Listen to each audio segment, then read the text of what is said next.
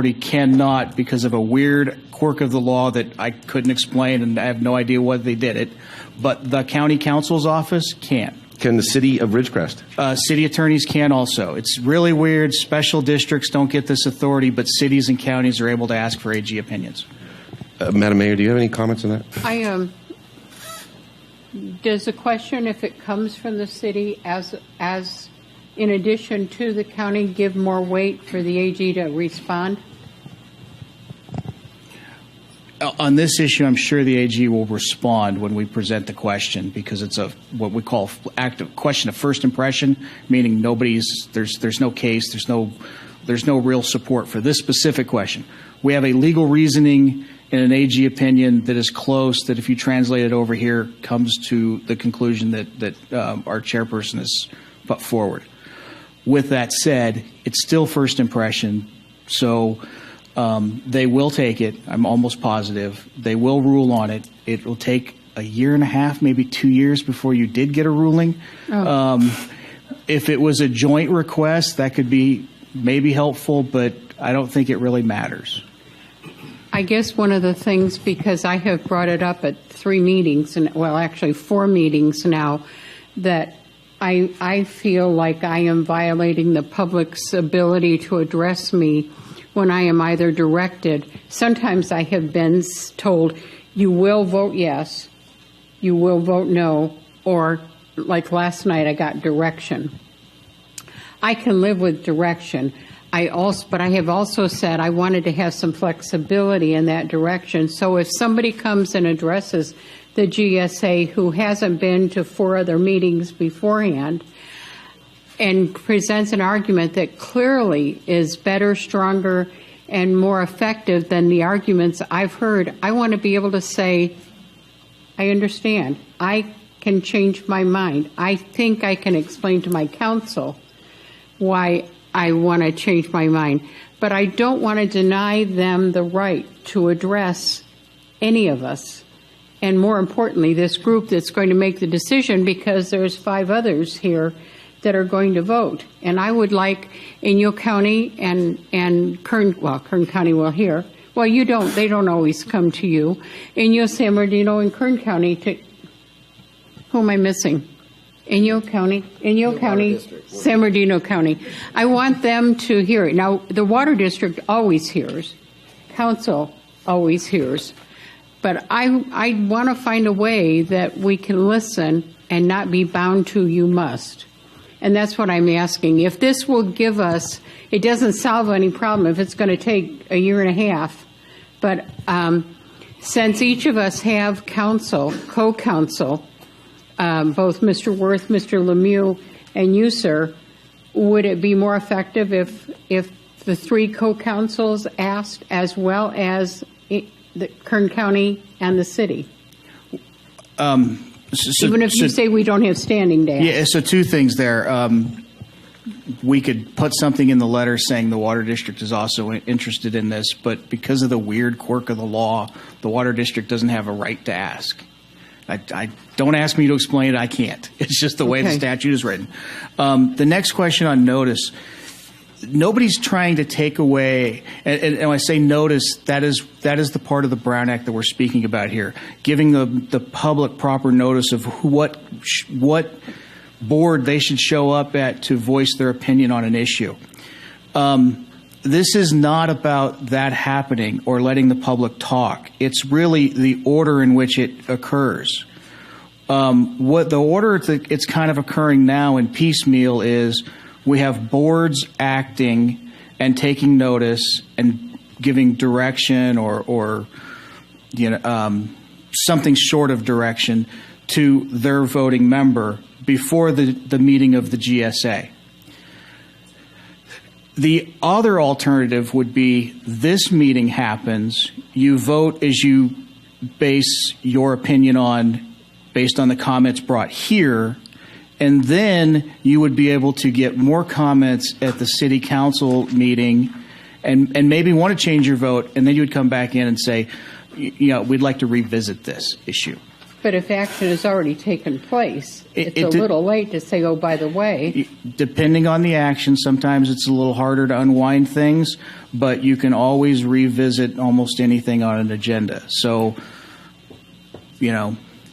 that's some things aren't easy to unwind. Some things aren't easy to unwind. Some things are, and that's the way typically things happen with a board. I don't know if you've ever had those at your board where you've all voted one way and then the next meeting somebody's thought about, well, maybe I want to change my vote, and you go back and you can unwind.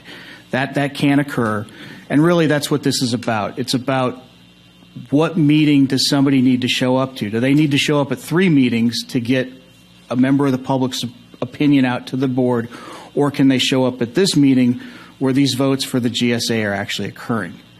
And the way the AG opinion is written, it seems to indicate that they need to be here first, at least. So,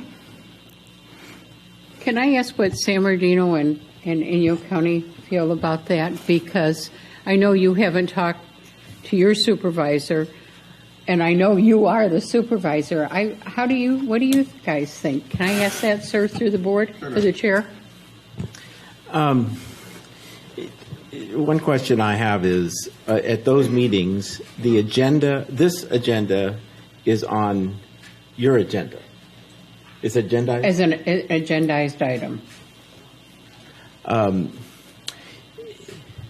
I guess we decided that we wanted to have elected officials on this board so that we could be accountable for our actions. And to me, it feels like you ought to be able to take direction or input at your meetings and then come here and make a decision based on what you heard there and what you hear here. If you're, what I guess I would be asking is that your board, if they support you to be on this board, then allow you to take their input and then come here, take input here and make a decision. I mean, that's the way, to me, it seems like it ought to work. If they shouldn't be giving you direction that you have to vote a certain way. I think they should be giving you direction, not, well, I don't know, maybe that's the wrong word too, but I understand. Get input, and then you should be able to take input. And you definitely don't want the public that comes to this board meeting to feel like their input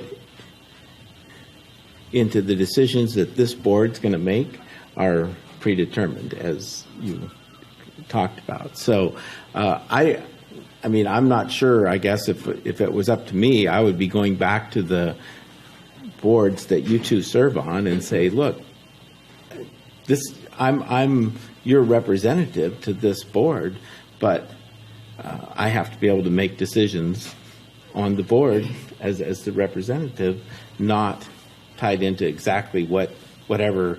I mean, definitely want the direction from them, but not necessarily tied to the vote. Bob,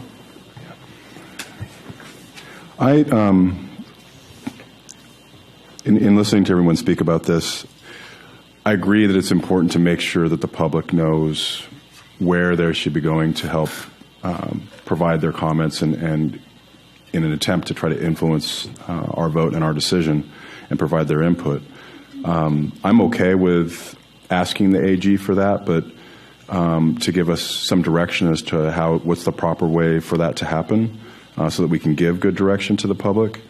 But I also am curious, Mr. Chair, I know you've closed the public comment portion of this meeting, but I'm kind of curious how the public feels about the situation they're in right now of potentially having to go to the Water District, the City Council, and here in order to make sure that their voice is heard.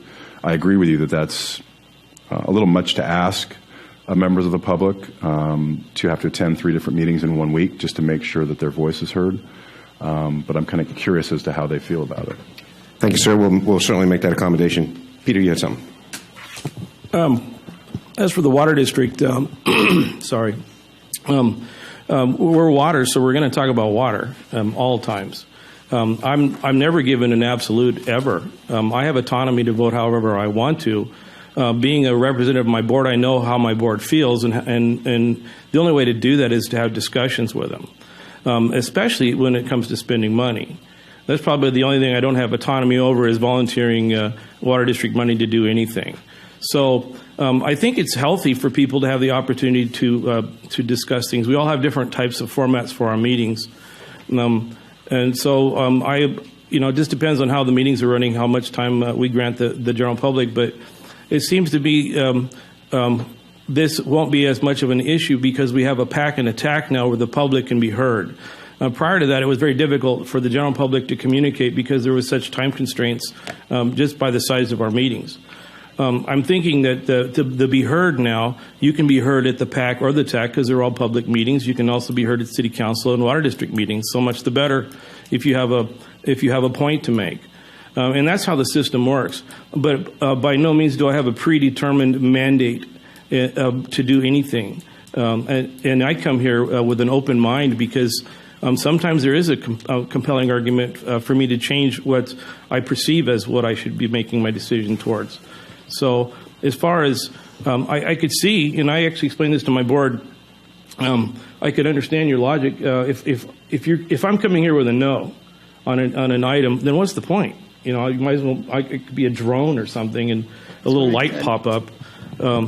So, anyways, so as far as we go, I have autonomy. We discuss water. That's what we do. We'll always discuss water because that's what we do. So, just leaving it there. I have one more question. Yeah, go ahead. How is the agenda, this agenda, agendized? Is it for direction, for discussion, for action? That to me would also be a question at the other meeting, at your home meetings. I can say for ours, I have asked for items that direct policy, liability, and dollars to come with a decision or recommendation or consideration from council. The other items I don't bring up because they do get the minutes, they do get the same thing that everybody else does.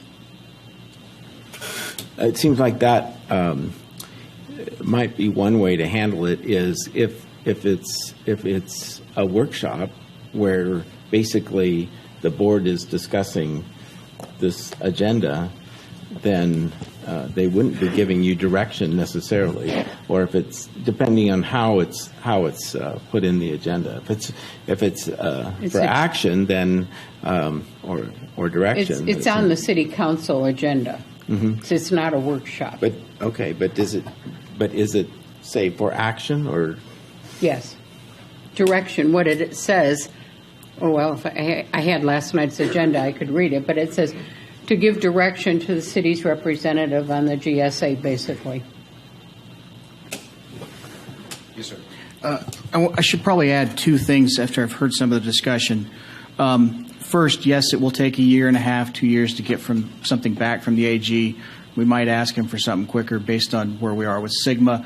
But I think it's important to get that, if we're going to do this and we're going to keep going down the path we are, to get that information from the AG, because when you adopt the GSP, I don't know how you're going to do that when Sigma requires us to have a noticed hearing of this GSA to adopt the GSP, and then we've got the GSP being discussed, almost adopted, whatever we want to call it, at 2 meetings before this meeting. It seems like a problem. Now, the other aspect of this is a question that came up early on when we were working through the JPA. And I worked very closely with Bob Page on a provision in the JPA to deal with the going back aspect.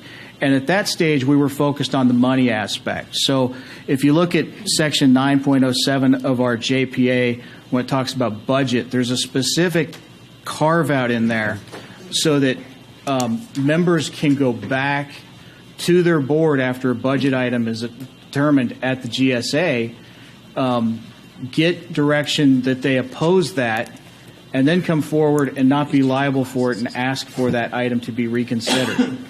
So that was a specific carve-out because we were talking about this idea of having these multiple meetings, and at that point in time, it seemed that everybody was in agreement that we weren't going to do that, and we needed to carve this out so that people weren't going to be saddled with a budget item that their board had never seen. So there is that carve out for money, and that's why it was done, was so that we wouldn't have this 3 meetings before the meeting aspect. So.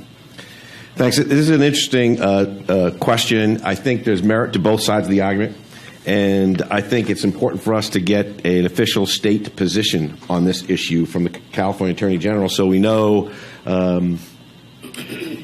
what the Brown Act specifically says, and hopefully the California Attorney General will give us the scope within which to work. The reason that's important to me is because I sit here, and my tolerances of my board are different from yours. My tolerances say I do not have autonomy. I do not have it. They do not give it to me. They're specific in their discussion with me saying, Mick, you cannot make decisions unilaterally. You need to inform us of everything you do. So I constantly have backfill discussions with my board on issues that we discuss.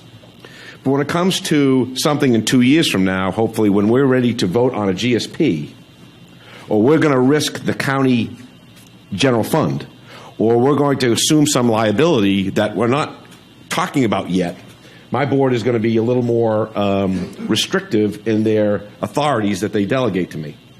And I'm sure it's going to be that way with you guys.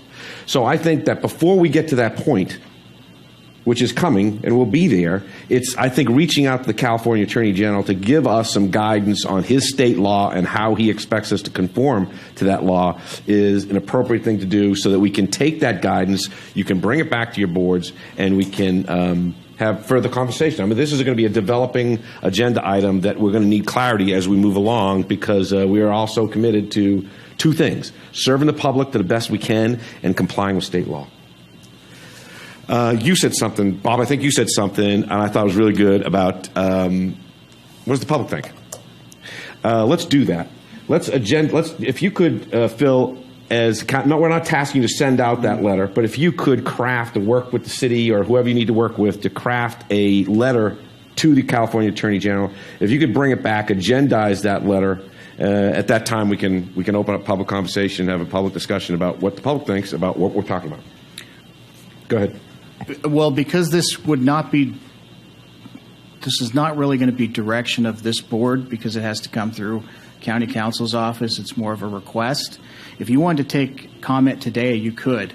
Well, I don't think and that by the way, I say that letter is going to be very formalistic, and I don't know if it's going to help any comment later on if we're relying on the letter. Got it. I don't think the public has had time to digest what I said. And I don't think they're ready to really haven't given it enough thought to come back and scope it out and give us their thoughts. Let's give them some time to digest it.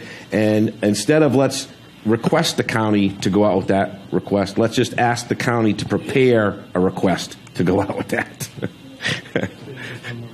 Yes, sir. Go ahead. I think if you're going to ask for an opinion, you just do it anyways. I mean, you're just asking for an opinion from the Attorney General. So. Because you do want to be in compliance with the Brown Act. So I think we've had this discussion this morning. It was on the first part of the agenda, but it wasn't agendized, but it's a good thing to talk about. I think it's food for thought for everybody. I think Peggy's board hears what we're saying. My board hears what we're saying.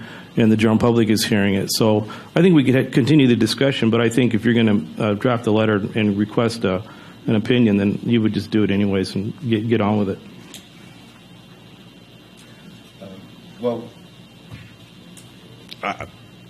That's a different line of thought. I mean, if we're going to request a letter, which I think we should do, that means we're going to do it with or without public opinion.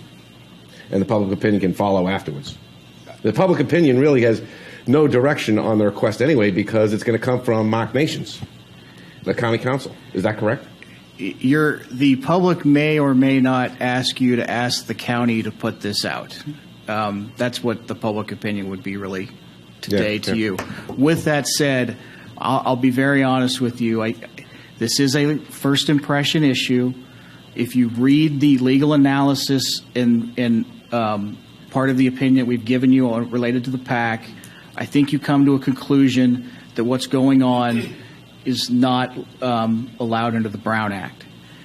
That puts us in somewhat of a jeopardy question, because as a first impression question, we don't know what a court's going to do. And frankly, I kind of would like to know what a court is going to do or what the AG is thinking when we get to a GSP stage. So, differing legal minds will have differing opinions on this, and wherever it comes, but I would like to have that AG opinion, frankly. So what you're saying is we need the California Attorney General to give us his opinion on the meaning of the Brown Act and SGMA and how we're set up in our organization.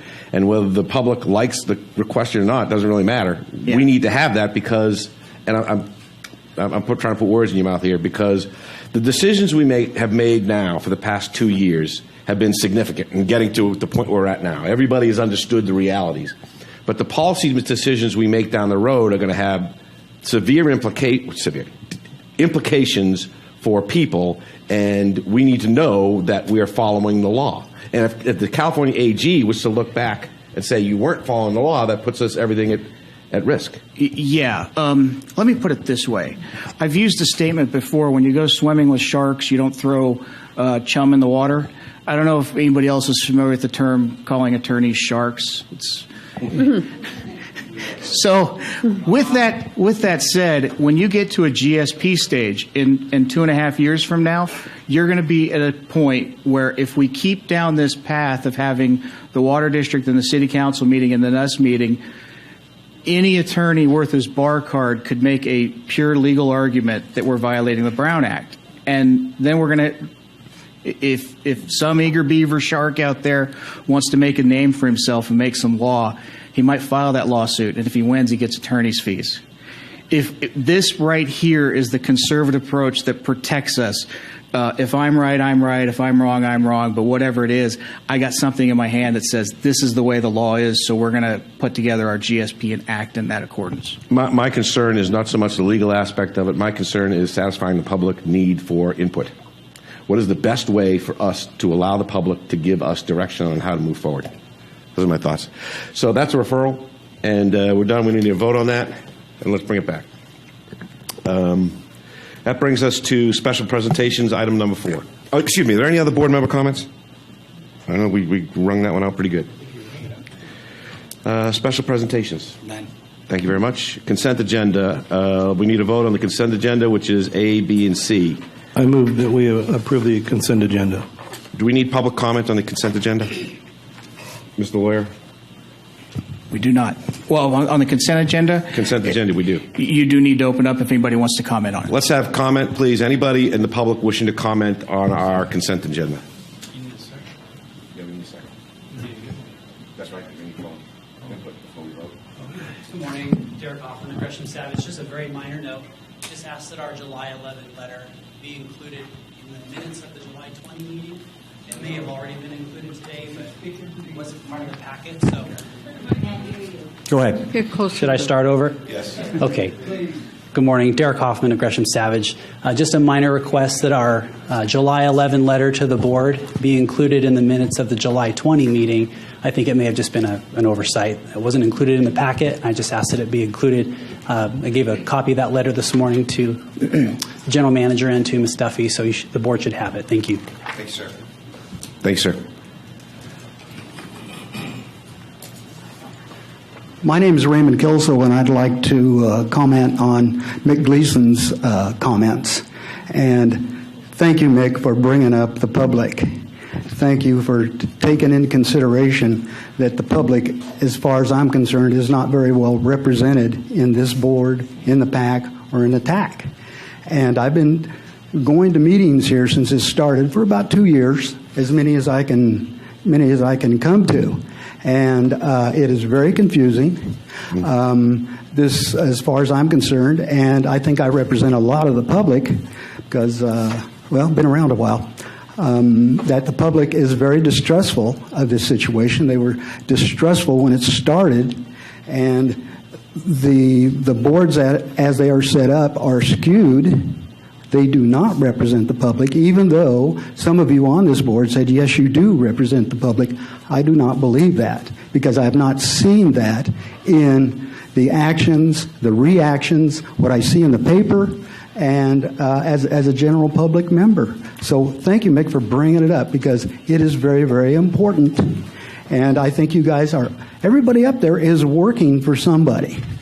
None of you are up there working for free. So you're skewed. Where is the public? Where are they? Where is the water going to come from for the future of our valley? Where are our grandkids going to get the water? Can they depend on you to do that? Take that in consideration. Thank you. Thank you, sir. I see someone else getting up. Nope. Okay, public comment on the consent agenda is closed. I'd like a vote from the board, or the comments from the board. You still need a second. We got a motion to accept the consent agenda, or we need a second? Second. All in favor say aye. Aye. Opposed. Bring us to item number 6, report from the Technical Advisory Committee, Mr. DeZadiba. Okay, well, first of all, excuse my back, gentlemen, if I don't face you, but Good thing you combed your hair. you're getting my best side. Excuse me. At the July 20th GA meeting, there were 8 members appointed to the Technical Advisory Committee, and since I was absent from that meeting, I was fortunate to be assigned the task of facilitating the first Technical Advisory Committee meeting, so thank you for that. I did watch the video. Thank you, Commander Longbottom.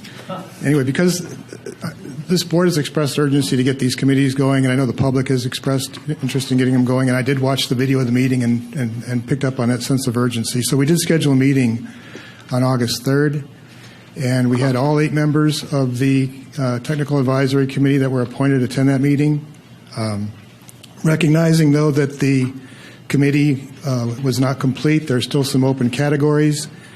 When we put the agenda for the meeting together, we elected not to select officers for that committee at this point in time, because there could be more appointments, and we didn't want to. We wanted to provide everybody the opportunity to be considered for those lead positions.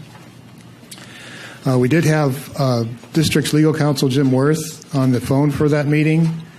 He provided the administrative issues that were on the agenda, such as the overview of the Brown Act, and also informing the committee of the need to complete the Form 700, which is a statement of economic interest, and also the ethics training, AB 1234 ethics training requirement. So that was reviewed with the members of the committee. And for this first meeting, I felt the focus should be, again, watching video and attending past meetings. There's a sense of urgency for applying for grant funding. What that application would be for remains to be determined. But what we used for that meeting, we were fortunate to have a document put together by the Technical Advisory Committee of the Cooperative Groundwater Management Group that was put together actually a couple of years ago and updated recently, that included tasks and studies that could be done within the basin to improve knowledge of the basin, the groundwater basin.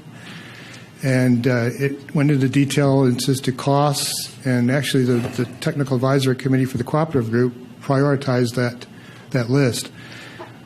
Now, on that list, there are projects that are currently underway or may have been completed. For example, the groundwater model was one of those projects, and the Navy, as you know, through Desert Research Institute, updated the groundwater model.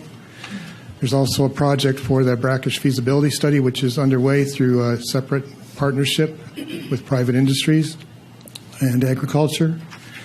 And then there was also another project on the recharge study that the USGS is currently undertaking. So we presented that as a document to the Technical Advisory Committee, asked them to look that over. We discussed the different tasks and studies that were on that list, and asked them to reprioritize what was their thoughts in terms of what is needed in terms of additional data or some studies that need to be done that grant funding could be used for. So after going through that, they came up with a list of 4 priorities, and in order, they are importation of water, establishing a database, updating the existing groundwater model, and identification of data gaps. So that was the focus of the meeting. It was a rather lengthy discussion, but that's the result of that discussion. And as a result of that discussion also, we came up with 3 action items. One was to research whether multiple projects, several of the projects that were on that list, could be included in a single grant application. We're researching that. Also, to make available to the public the document that was produced by the Groundwater Group, that list, a 5-page list of projects. I believe the cooperative group had made that public prior, but some people in the public apparently weren't aware of where it was. So we did make that available, send it out to the interested parties list. And the last item was to update that project list that was produced by the Technical Advisory Committee of the Cooperative Group to make it more simple and put it in a format that the Cooperative Group uses, an action register format. And the request was to put each of those projects into that format. So that was assigned as well. We did set a tentative date for a second meeting, and that was September 7th at 2 o'clock in the afternoon. But that date and time is contingent on this board's decision. I know that we've appointed a water resource manager, and that was the intent for the water resource manager to make those decisions. So that date is tentative, depending on what your desire is as a board. I think that's pretty much all that I have to report. Thank you, sir. Let's open to the public for comment on the TAC report.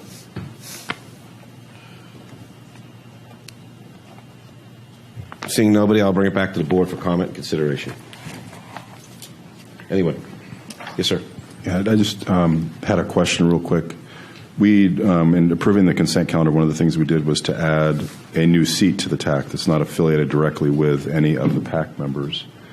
And I was just hoping that someone from staff or from wherever that recommendation came from could explain to the public why it's believed that that additional seat was needed to provide the proper balance on the TAC. Thank you, sir. Mr. Christensen? I'll do my best. Actually, for some of the TAC, maybe Mr. Zadiba could add in. I think at a previous meeting, it was brought up that the Kern County Water Agency has a long history. I'm not sure if Michelle's here. Maybe I didn't see her in the audience, but of work in the Indian Wells Valley. They work pretty closely, I think, on the cooperative group as well. And so it was I think, recommended that they be added to the TAC, given that they have the history and data available. And so it is true that adding one, adding that person, I mix up the TAC and the PAC, I apologize. There's an odd and even issue with the PAC, but which we'll talk about later. But anyway, that was the rationale, was that they would provide more benefit to the TAC, and so we felt it appropriate to do that. Don, maybe you can add something to it. I think you've pretty much stated the Kern County Water Agency has been involved with the cooperative group and the TAC almost since its inception, and they offer valuable in-kind service in monitoring a vast network of wells within the basin. So they bring a lot of corporate knowledge to the TAC, and I think it would be a huge advantage and huge benefit to the TAC if they were allowed to participate. Mr. Chair, let me add also, I think we sent out, we had not provided Michelle's resume. She is qualified to do so, obviously, but we did provide the resume as well, which I think is either going out to the public or it may have gone out by email already. But we have that material as well, so there's documentation of qualification. Mr. Page, you satisfied? Sure. Yes, I appreciate the answer. That satisfies. I just wanted to make sure it was understood to the public why that was done, because we took it as an action with consent with no discussion. The other question I had real quick was Don had mentioned that the TAC had prioritized what they saw as the order of the top priority tasks and actions that should be taken, or studies. And you also mentioned other ones that are ongoing, the USGS study that's being funded under the original grant that Kern County received. A number of these studies take varying times. I mean, USGS could take 2 years to do a study, or longer or shorter, depending on what the study is. So the question I had for clarification from council on Sigma and what's required to be included in a GSP that's submitted by the deadline in 2020, are there, do all these studies need to be done before and informing the GSP, and the GSP addresses other actions that need to happen over the next 20 years to achieve sustainability and balance in the water budget? Or can, depending on the timing of getting some of these things done, the model and other things, and identifying gaps, I think we could probably identify gaps before 2020, but if there's certain things that just don't get done in time, is it sufficient in complying with Sigma to have a GSP that identifies gaps and additional work that has to be done in order to then come into sustainability? Thank God we're hiring a water resource manager. The answer to that question is going to be obviously that the information that the TAC develops is going to funnel through whoever we hire as a water resource manager, and that person will then develop recommendations and understandings and forward those along and work this whole deal out. Is that a good answer? Yeah, it is. I just wanted to make sure that we were giving proper direction to the TAC about what had to be done by 2020 and what they had flexibility and discretion on recommending is really what I was looking for. Thank you, sir. Are you satisfied that you got direction from Mr. Page's comments about developing priorities? Yes. Okay. What I need direction on is the next meeting. Who facilitates that meeting or who leads that meeting? Okay, thank you very much. We're going to give you that direction momentarily. I have a couple questions for you. You talked about you have vacancies, and you are in a process of filling those vacancies? That would be this board's. Okay, task. where are we in the filling of those vacancies and the timeline of filling those vacancies? Alan Christensen, General Manager. Each member of the PAC has a right to fill a slot on the TAC.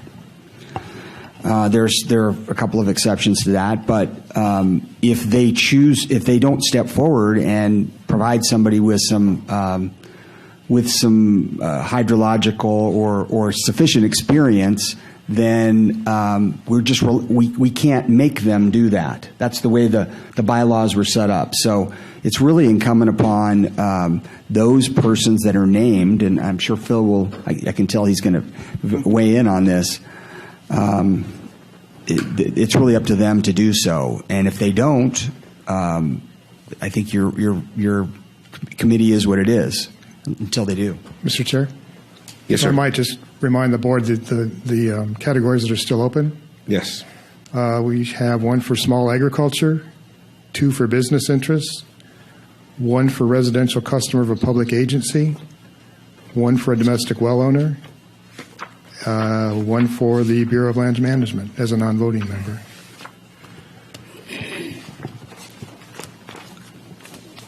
Thank you. Oh, there it is. Okay. Okay, so what I'm leading on your Exhibit A here, Technical Advisory Committee, of 1, 2, 3, 4, 5, 6 openings still have remain to be filled.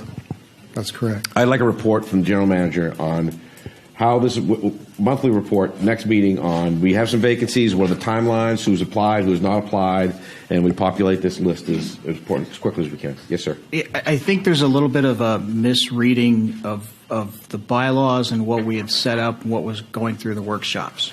We never anticipated that everybody that was on the PAC was going to appoint somebody. The categories are for the PAC, and then once you're a human being who's been appointed to the PAC, you have the right to appoint somebody on the TAC to represent your area, your position. So if the person that is representing on the PAC, for example, small ag, doesn't put somebody on the TAC for small ag, then that just meant there's one less person on the TAC. We kind of were anticipating all along that the TAC would be much smaller than the PAC, but it didn't have to be. So to say that there's kind of groupings, isn't it? It's more of this PAC member doesn't have, and for obvious reasons, I don't think it's a general member of the public is going to be able to afford an engineer to put on the TAC. But So that's why I kind of hard to say that there's vacancies on the TAC as much as this is what we now have from a perspective of who's wanted to be on it. Thank you. And I like all that put in a report and submitted, and I'd like to have that current so we can see visibly how we're standing and populating the TAC. Okay. Any other questions? I got one more. Can you please give me an update, or do you have it, or is it possible? I don't even know if you're capable of doing it, if you've been advised on this, but the status of the Stanford project, we're running around with those helicopters doing the electromagnetic pulse resonance testing? Sure. There's actually two potential methods that'll take place. The first is the Stanford, it's being called Stanford Groundwater Architecture Project. That is the project that's approximately a $2.1 million project that is supposed to be co-funded by the state of California, the Danish government, and the three basins that are included in the proposal, which are Butte County, San Luis Obispo, and Indian Wells Valley. The state of California is scheduled to sign an MOU with the Danish government September 22nd. That will definitely happen. That's scheduled. Once that MOU is signed, it's anticipated that the Stanford project would be something that would go forward. If that is signed in September and the project is accepted, SkyTem, the company that would do the aerial geophysical survey, could be in the basin as early as October. The thing that we really have to be aware of is this needs close coordination with the Navy, because of a lot of the basin is Navy property where the helicopter would fly. So in talking with Stefan Bork yesterday, 30-day notice would be much appreciated in order to coordinate this. So that's one possibility. The other possibility, the brackish feasibility study, which is being put together, again, that's being funded by a consortium of the Mojave Pistachios, COSO Operating Company, Indian Wells Valley Water District, and Searles Valley Minerals. There's a grant being submitted by September 1st. The SkyTem component is included in that grant, just in case the other doesn't go through, although it's highly likely it will. On my board, the board of directors for the Indian Wells Valley Water District on Monday voted to agree to be the lead applicant for that grant. And as part of that grant, there needs to be a commitment, a local commitment of $300,000 to cover that component should it not go forward as a Stanford project. So the board authorized financing that, along with commitments from three other stakeholders in the basin. COSO Operating Company, Mojave Pistachios, and Meadowbrook have all indicated they would contribute some towards that amount, that $300,000. So we have two ways that can take place, and I think probably the most likely one will be through the Stanford project. And again, that would take place as early as October. Thanks, Don. Mm-hmm. Any other comments for our TAC report? Seeing none, I need a vote to receive and file. Is that what the vote is? The TAC report? I need a motion and a second. Well, and I believe Mr. Ziba was asking also for some direction on the next meeting. Oh, yeah. What's the direction you're requesting? It was my understanding that the water resource manager was to be the one to set the agenda and to essentially run the technical advisory committee meeting. Since we now have one, is that going to be We don't have one yet. Okay. We will shortly, and then we'll solve your problem. Okay. We'll set that meeting. Is that good enough for you? It'll have to do. Okay. But the problem is we got to make sure that the public is aware so they can go to that meeting. So we got to do it loudly and proclaim it. Okay. Any other comments on the TAC report? I need a vote. Motion to approve and file. Second. All in favor, say aye. Aye. Opposed? Report from the Policy Advisory Committee. I hope you'll bear with me. I didn't bring my reading glasses today, so I'm kind of struggling to read my report here. The PAC approved a list of meeting dates for twice monthly meetings through the end of the year for 2017. And it was approved today I believe, on your consent calendar. The PAC supports the board approval of the request for Inyo Kern Community Services District to appoint a member to the IWVGA Policy Advisory Committee. And I believe that's also on the consent calendar. Is that correct? No, It's in here somewhere. it's not on It's the next, it's the Yeah, next item. it is. Yeah. It's on the agenda, Yeah. item 8. Okay. Okay. We'd like to make a notation to the IWVGA board that the PAC recommendation from the July 20th, 2017 meeting requesting that the board consider appointing alternates for PAC committee members is not on today's agenda. The issue would require a bylaw revision. PAC requests that this item be placed on the September 17th, 2017 Board of Directors agenda as an action item. And please advise the PAC of any preparation of committee needs that the committee needs to undertake for placing that item on the agenda to enable it to be approved. The justification for the request for alternates is to enable the PAC to have valuable input from representatives from all sectors of the stakeholder groups on that committee. We have a quorum of members present in order to hold meetings and have discussion and make decisions and recommendations. However, at times the discussion may not involve input from all the group representatives due to absence of several members due to vacation schedules, harvesting schedules, or other commitments, travel, and required attendance at other meetings that conflict with the PAC meeting schedule. So it is important for the PAC to have input, a balanced approach from all its stakeholder representatives. We do not want the discussions or decisions to be skewed in any particular direction. The August 3rd, 2017 PAC agenda, item number 5, was a PowerPoint presentation from Jacques Debray, Water Resources Specialist from Kennedy Jenks Consultants. He talked about opportunities and deadlines for grant funding for GSP projects and planning. The presentation addressed Proposition 1, funding proposal solicitation package for groundwater sustainability plans and projects, draft May 2017, in some detail, but also gave information about IRWIM, Integrated Regional Water Management Funding, and other sources of potential funding. It was an excellent presentation, and I believe it's been put on the Kern County website. I would also recommend that it be added to the iwvgroundwater.org website maintained by the Cooperative Groundwater Management Group.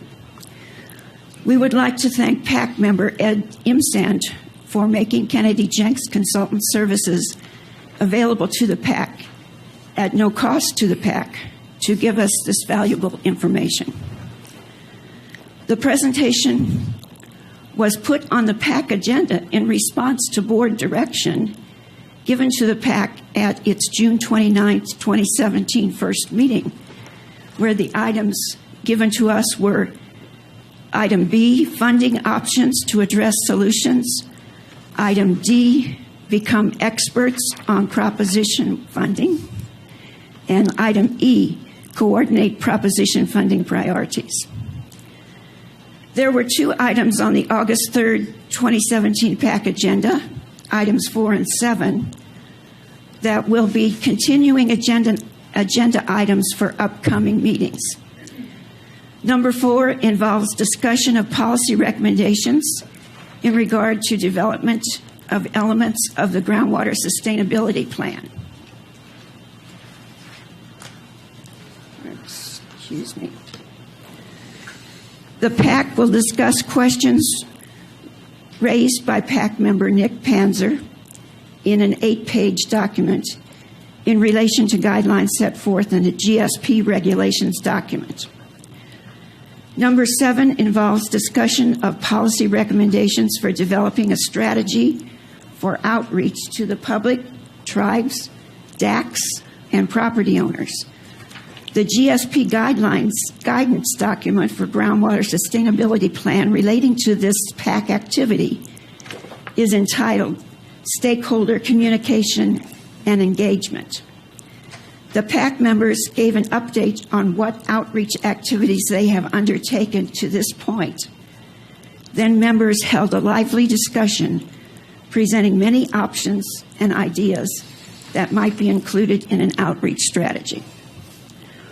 More documents will be added to our PAC notebooks of GSP-related documents, including a matrix from the Cooperative Groundwater Management Group TAC members with columns indicating what elements of the requirements for a groundwater sustainability plan are complete, some work needed, incomplete, and comments. GSP regulations, a 42-page guidance document, will be added to our notebooks, and a copy of Lahontan Funding Area Disadvantaged Communities Involvement Proposal, which on page 21 states, quote, "The Indian Wells Valley is actively engaged in the SIGMA process, and the Inyo Mono Regional Water Management Group will help with outreach to affected economically disadvantaged communities in the basin, such as Inyokern and Searles Valley. The proposal has been awarded and work is beginning to be implemented for the tasks in the work plan." An ethics training workshop was held on August 11th, and some of our PAC members participated. The next PAC meeting will be held on August 24th at 6 p.m. at the Indian Wells Valley Water District Conference Room. Thank you. Are there any questions? Any questions before we go to the public? Okay, let's go to the public and open it up for public comment on what you folks think about the Policy Advisory Committee report. Okay, seeing none, we'll close the public hearing and bring it back to the board for comment and consideration. Folks, what do you think? I had a question, if I may. Nick, the report that you wrote referred to the 7,700 acre feet of recharge, and that is where you would have liked to seen the water usage go to. How was that? I'm sorry, but I did not attend the meeting, and I fully intend to in the future. But how was that resolved? Was there any resolution, acceptance? What was the result thereof, please, Madam Chair or Nick? Go ahead. I'll let Nick comment as well, but we had really a brief discussion. We were trying to keep our meeting time framework within, we started at 6, so we tried to keep it within 2 hours, and we went a little bit over. So we did not discuss those items in detail. And I think with the GSP regulations document in front of us as well, to compare the two side by side, we can have a better discussion about those particular requests. Mr. Panzer, do you have any additional comments? If you do, please come to the microphone. Nothing to add, unless Peggy, you have your question is unanswered. We basically just didn't get to that much detail at that meeting. Is that the intent for future meetings? Oh, I hope not. No, I mean to get to it, not to not get to it. I would hope on August 24th we'll get into it in much greater depth. Is that your question? Okay. Yes, that's why I said that those two items, the elements of the plan and any policy recommendations we might want to make, and the outreach strategy for communication and engagement will be continuing items until we get through everything. We'll probably have other things that come up in addition to what we've already been presented. Thank you. Thank you. I got a couple questions. I'd like to hear the board's comments on these things. First of all, I want the outreach plan. I'm thrilled you guys are doing the outreach plan. I think it's primary importance, but I don't think it has to be complete before we can start acting on it. If you could piecemeal, as your as you come to things that you realize, let us start making trips to Sacramento and DC and Navy and everybody else. We can start working on those things immediately. So please forward pieces of your outreach plan so we can divide and conquer up here and make sure that we get out there to. So by the time we have it, we're actually moving. So we don't need to wait, is what I'm saying. We can move on it. I'd like to hear everybody's thoughts on Donna's idea of alternates. I have my ideas, but I'd like to hear yours. I believe the request was that we schedule in September a fuller discussion, and I'm fine with having that discussion, agendizing it, letting the public know we're going to discuss that. Because the report was verbal, there was nothing in writing that was provided in the packet, so the public did, unless they went to the PAC meeting, didn't know that request was coming. Interesting. That's interesting, because the PAC report is part of the agenda, correct? Yes, and I think I reported that at the August PAC report as well, the request for alternates. You did. Okay. Any thoughts? I have I saw Phil had his, but I have one. I'm not asking. Go ahead. I'm asking Okay. board members. Okay, well, then I have one. Theoretically, I think the idea of alternates is a good idea. The problem is if one alternate hasn't been at the meeting beforehand, how does that alternate deal with the issues that were presented at that meeting? And so when the member comes back at the next meeting, how are they able to continue based on that? In theory, I like the idea because I think it does keep involvement to that agency. But the reality of trying to do it is almost as disconcerting as how do you keep the continuity of the knowledge that's been gained by that particular member over time. And I'm not sure. I'm asking the question because I don't know how it's done. What did you envision? Well, I know that East Kern RCD did appoint an alternate from our board, and he has been attending the meetings regularly. It would depend on the other appointments and how they're going to be made. But I would ask, how do the alternates for the Indian Wells Valley Groundwater Authority group operate?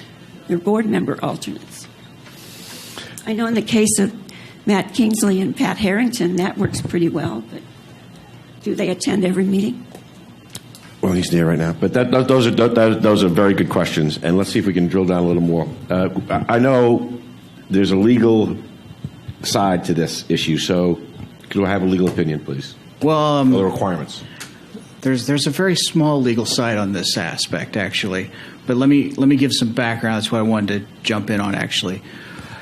When this was set up, and again, this is very less legal here, the initial idea behind the PAC was to have it sort of like a planning commission, and as we're all aware, planning commissions don't have alternates. There's no alternate planning commissioners.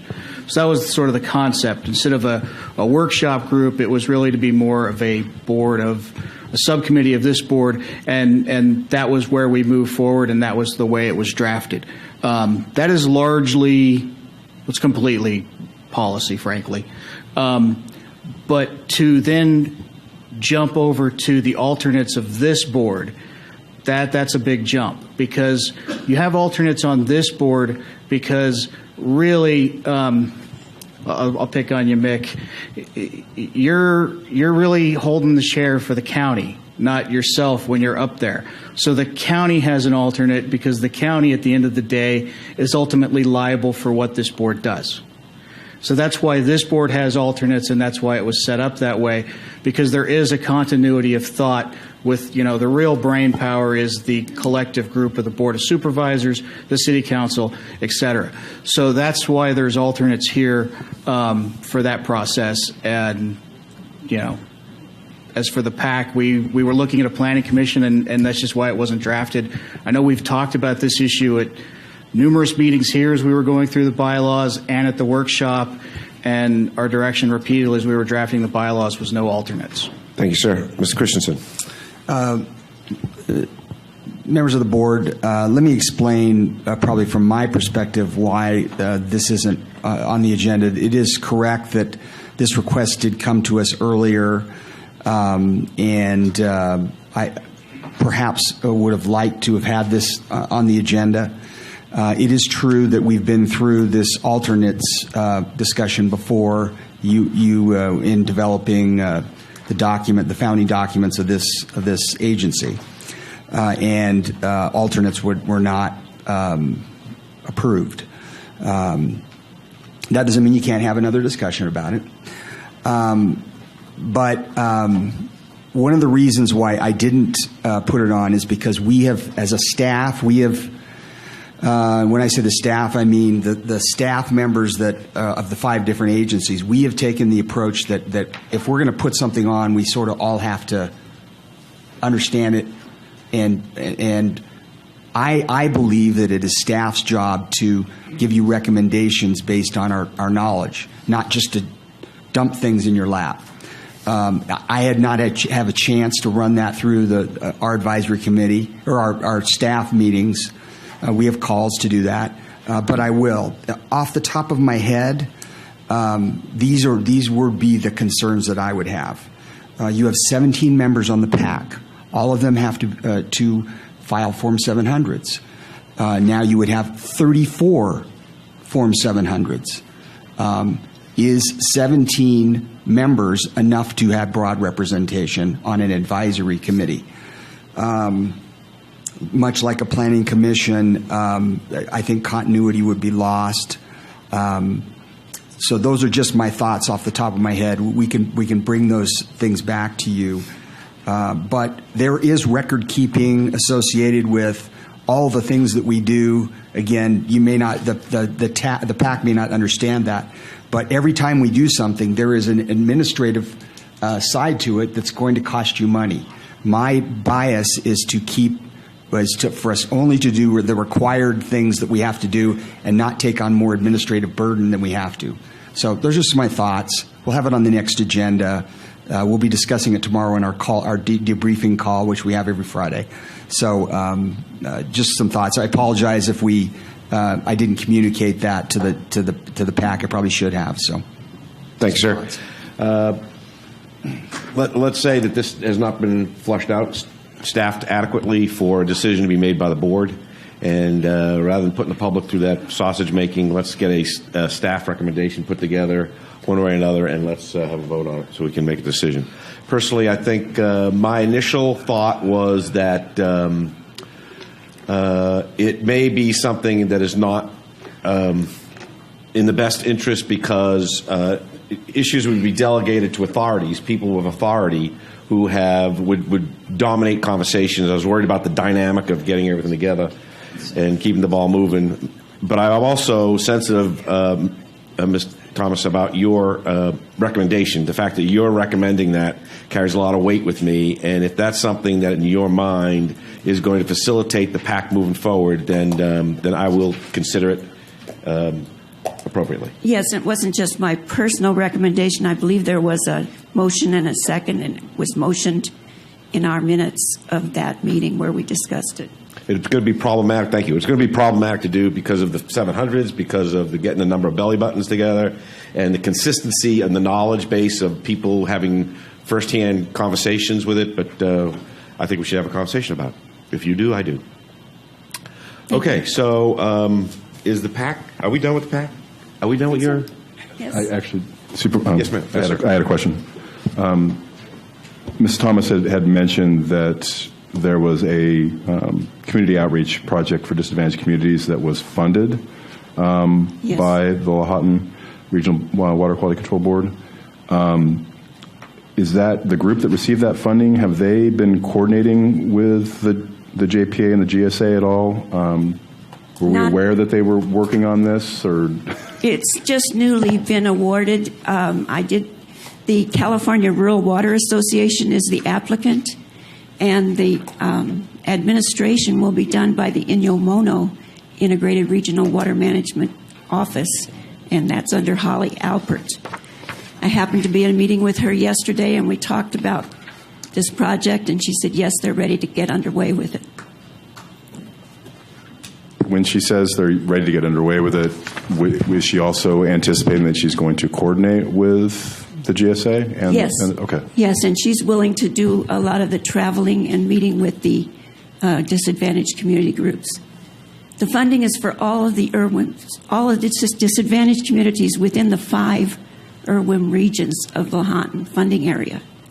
So it involves Fremont Valley, Antelope Valley, Mojave area, Inyo-Mono, and as well as Tahoe area and on farther north.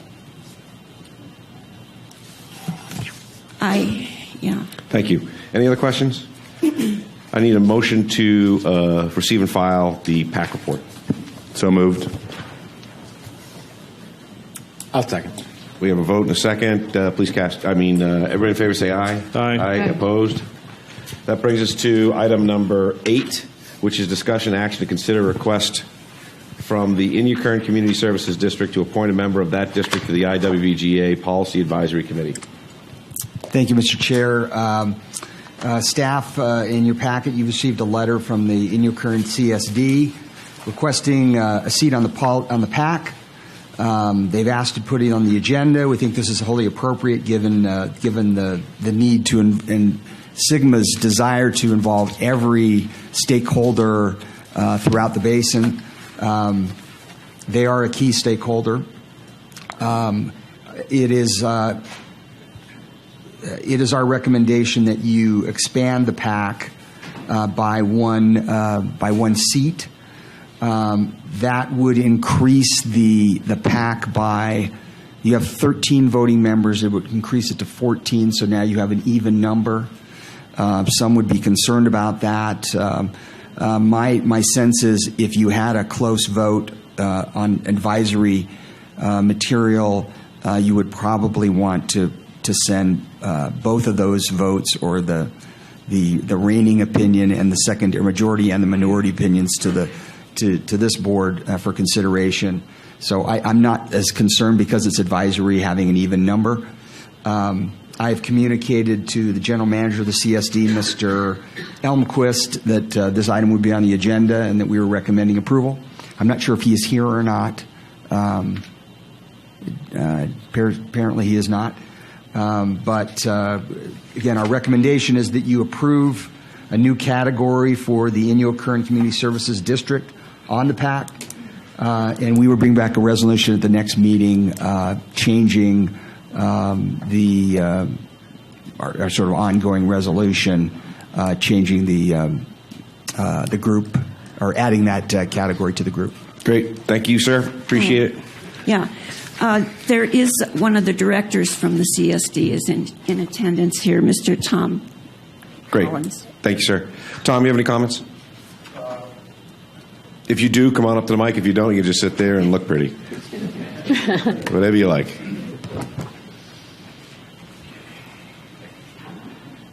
So I'm suffering a severe learning curve here, being new to. I'm new to the Community Services District out there. And, could you please state your name for the record? It's Tim Carroll, Carroll.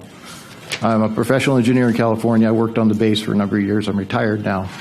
We bought a place out in Inyo Kern, and we're planning to retire there. I'm learning a lot about Inyo Kern, and just let me make a little commercial here. We're kind of at the crossroads of, used to be the original Navy base. Navy's got some equipment out there.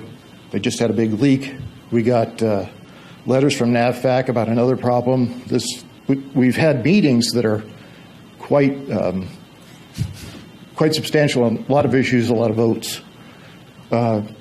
Even with all that, we know being involved with this groundwater planning is important. So we have two people, myself and Shannon Bell, want to commit to being involved in the process in any constructive way possible. Shannon would be the alternate.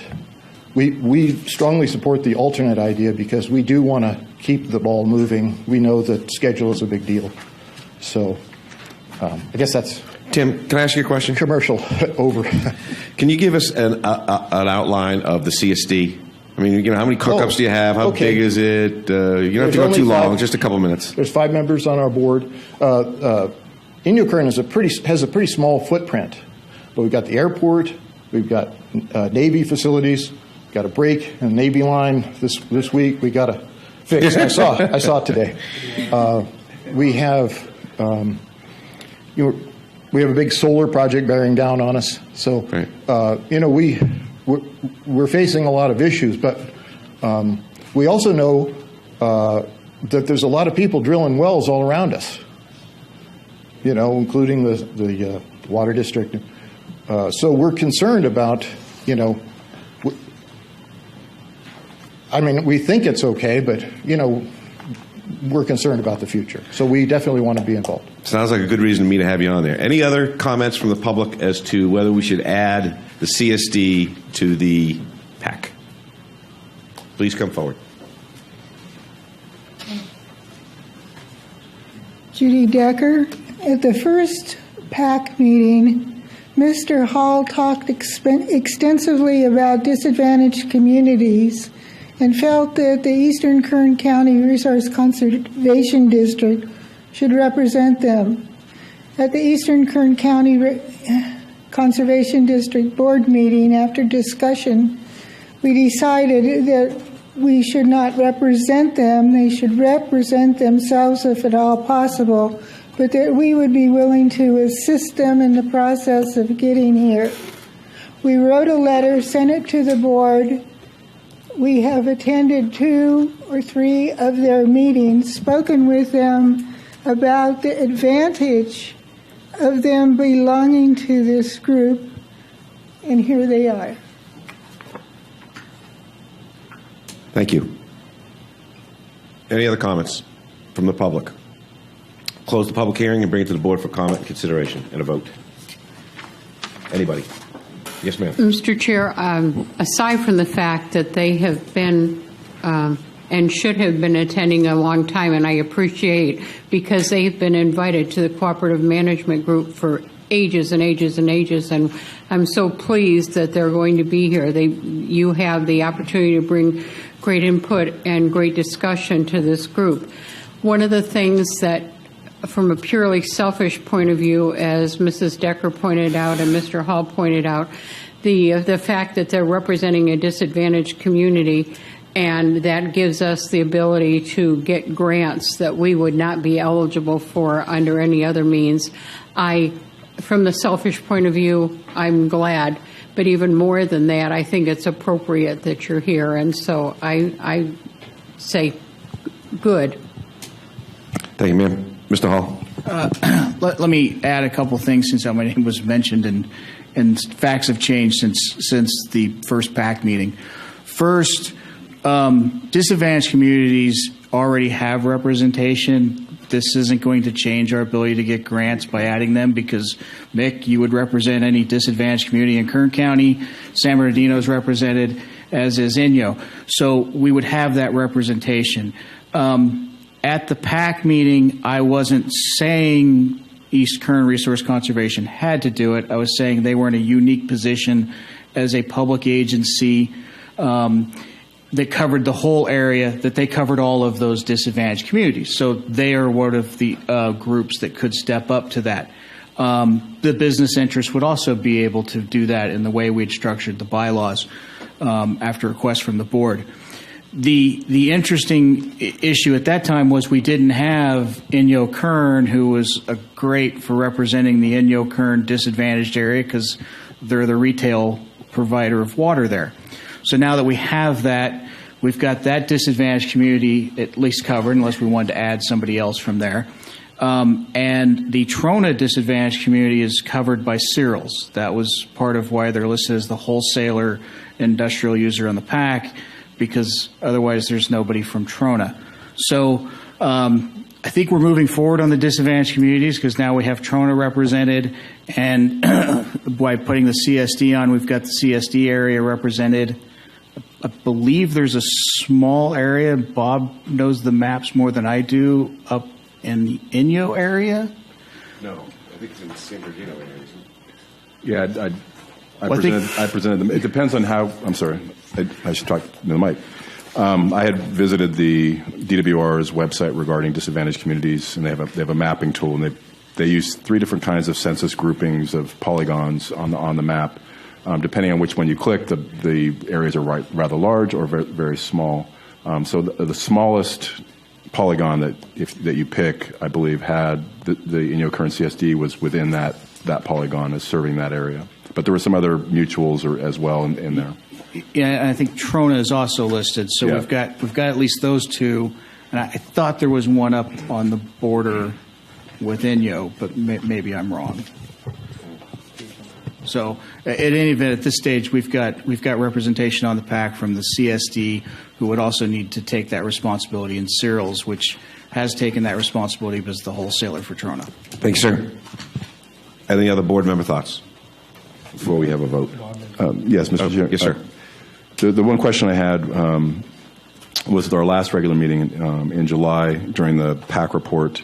Mrs. Thomas mentioned that the PAC had recommended that we add 2 new seats to the PAC for disadvantaged communities. Staff is recommending 1 right now based on the interest displayed by the Inyo Current CSD. But I would like to know staff's thoughts on the PAC's original recommendation. The PAC is supporting, I heard her say earlier today, the appointment of the CSD. But I would like to hear from staff in terms of their thoughts on the PAC's other recommendation from last month, which is that we actually add 2 seats. If we're going to be bringing back a resolution at the next meeting, because the resolution isn't here to actually approve, you're just seeking direction for us to bring that to you, bring that back to us at the next meeting. What is staff's thoughts about the PAC's recommendation to add 2 new disadvantaged community seats? I'll take this one for Alan. It's less legal than staffing, but since I worked on the amendment to the bylaws and was at the meeting, one of the issues that came up with the first meeting was who was going to represent the disadvantaged communities. I mean, we already have that in the bylaws now with those 2 additions we put after the workshop. But the problem is if you say one person represents the disadvantaged communities, the interests of Trona are going to be vastly different than the interests of Inyo Current. So you needed somebody like the East Current Resource Conservation District, which I believe covered both areas, or you're going to need people to fill in 2 shoes. Trona is already represented by Cyril's because they're the retailer and they're the water provider out there. Now you've got the East Current area covered by its water provider. So I'm not sure, frankly, if we have any more bubbles that we can fill in or how we're going to fill them in. And I'm not sure I understand the PAC's recommendation because I wasn't at the meeting it came from of having a disadvantaged community rep because, again, their interests are going to be divergent. No, and I understand that. My recollection from Mrs. Thomas's presentation last month was that Searles at their meeting, Valleys Minerals did not feel comfortable representing the community members, and that the PAC's recommendation is that a resident of Trona be encouraged to apply to sit on the PAC. Ms. Thomas, do you have any thoughts about that? Yes, when we discussed it originally at our PAC meeting, Steve Goddard, who was the representative for Searles Valley Minerals, was not in attendance at the meeting. But even at this last meeting, August 3rd, I believe there were some people from the MAC, the Municipal Advisory Council in Trona, who were attending the meeting, as well as this individual, Jade Brush, who had been expressing an interest. So we kind of left it up to them, Searles Valley Minerals, to get together with the community to make a decision regarding representation. So at this point, you're waiting for some feedback from them? Right. Okay.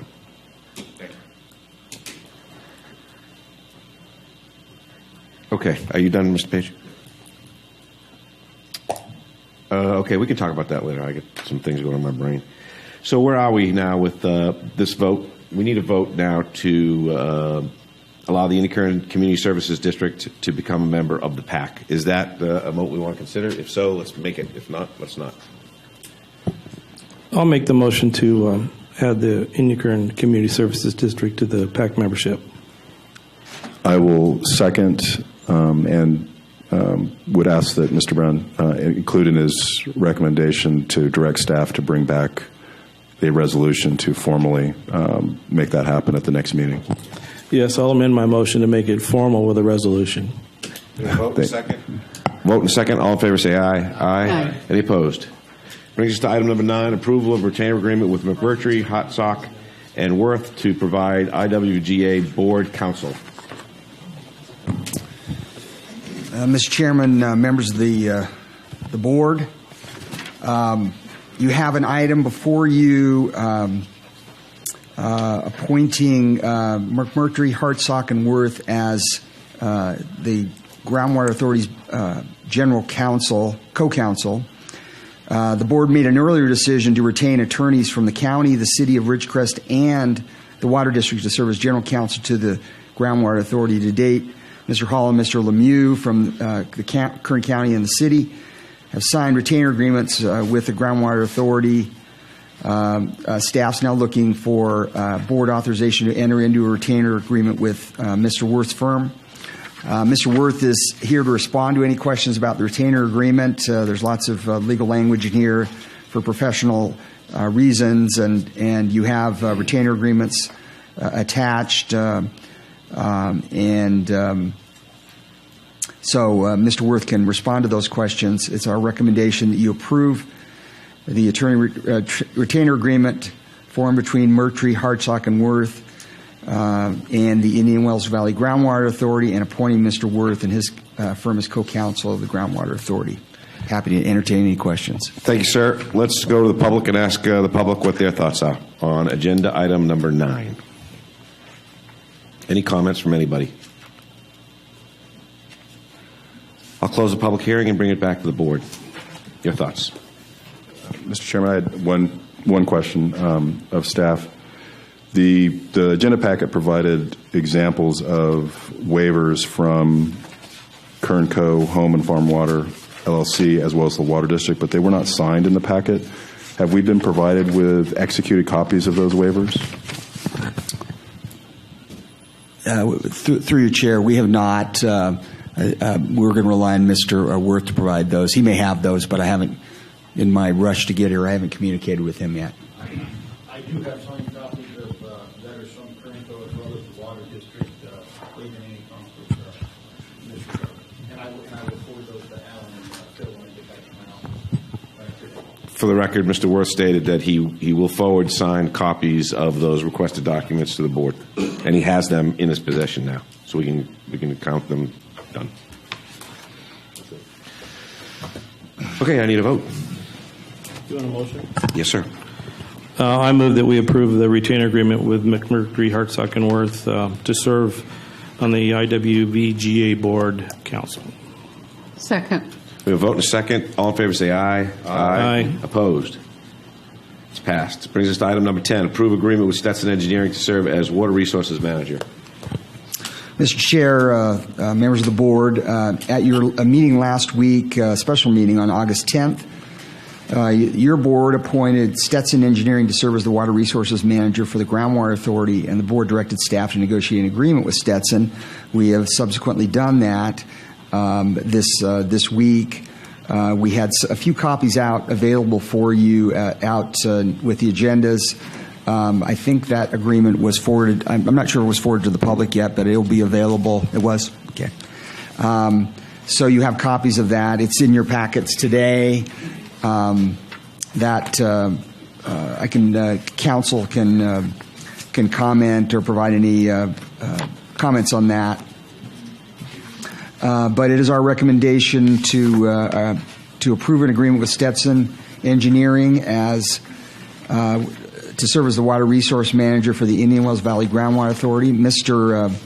Steve Johnson is here from Stetson. He will be the lead engineer, hydrologist for Stetson.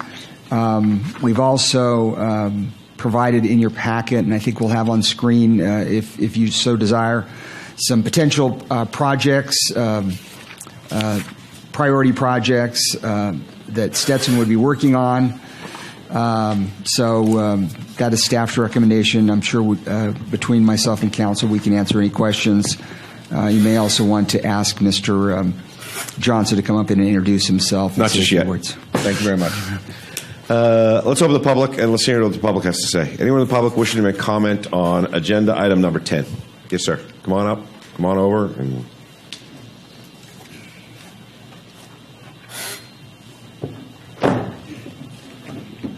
Good morning, members of the board. Through the chair, again, Derek Hoffman of Gresham Savage, and probably a few moments premature, but preliminary congratulations to Mr. Johnson and his appointment, and for Stetson Engineers.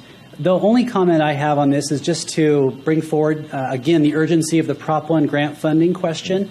And a copy of the agreement, proposed agreement, was made available a few moments before today's meeting. I took a quick look at it.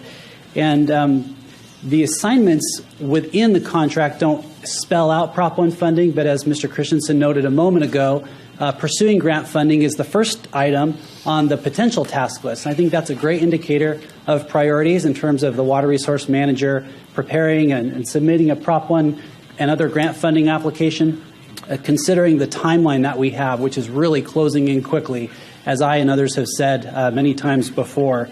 And so my only comment today, since pursuing Prop 1 grant funding is not specifically in the agreement, but it's on a potential task list, I would just ask the board to come forward today and provide clarity on what the time frame will be by which the water resource manager will be tasked officially to prepare the Prop 1 grant funding application so that the basin can apply for those millions of dollars of funding that are available.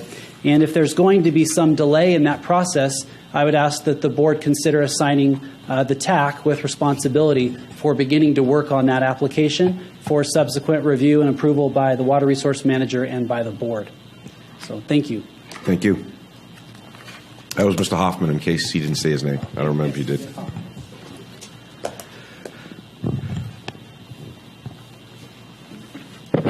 Good morning, Mike Neal. Good morning. Piece of information that is not available and was only stated to the public last night at the city council meeting was the salary and what this gentleman is going to be paid per. I'd like to know per year. I guess there's total confusion as to whether the numbers that were stated were to get the GSP up to the GSP or whether this was a yearly salary. So I think the public needs to know what that is. The other thing that was in the agenda packet, it stated that the agreement with this firm was going to be available at the meeting. I asked Mr. Bator because I came in a few minutes late and he had not seen it. So I would like copies of that for sure for myself, and I think there are a lot of other people who would like to see the actual agreement. And I believe that's supposed to be available at this meeting, if I'm not wrong, and not just to members of the board. I had the same question. Thank you, Mr. Neal. Ray, you coming down to talk? Take your time and hurry up. Yes, you are.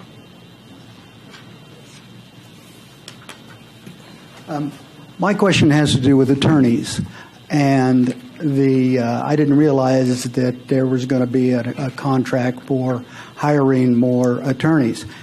And my question to the board here and to the TAC, the PAC, and anybody, how many attorneys do we have right now? Can anybody give me a number? Sure. I can tell you right now that as far as the way we're set up is that I know all these different public agencies have attorneys, but the ISGA has one counsel that is sitting on the bench. He is representing us, and he will change with the chairmanship. So we will eventually have multiple attorneys sitting in that spot, the same spot. And we also have hired on a, what do you call it when you hire him by the hour? When we give him tasks, we'll pay him as he does tasks. A gentleman by the name of, what's his name? Mr. Mockman. Tim Mockman. Tim. Okay. Jim.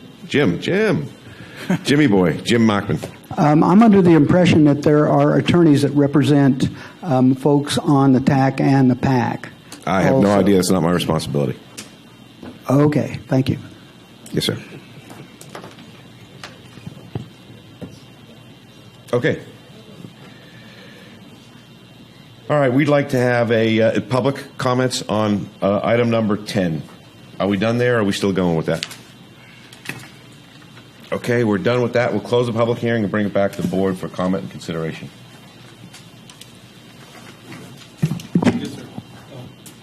Go ahead. Peggy, go ahead.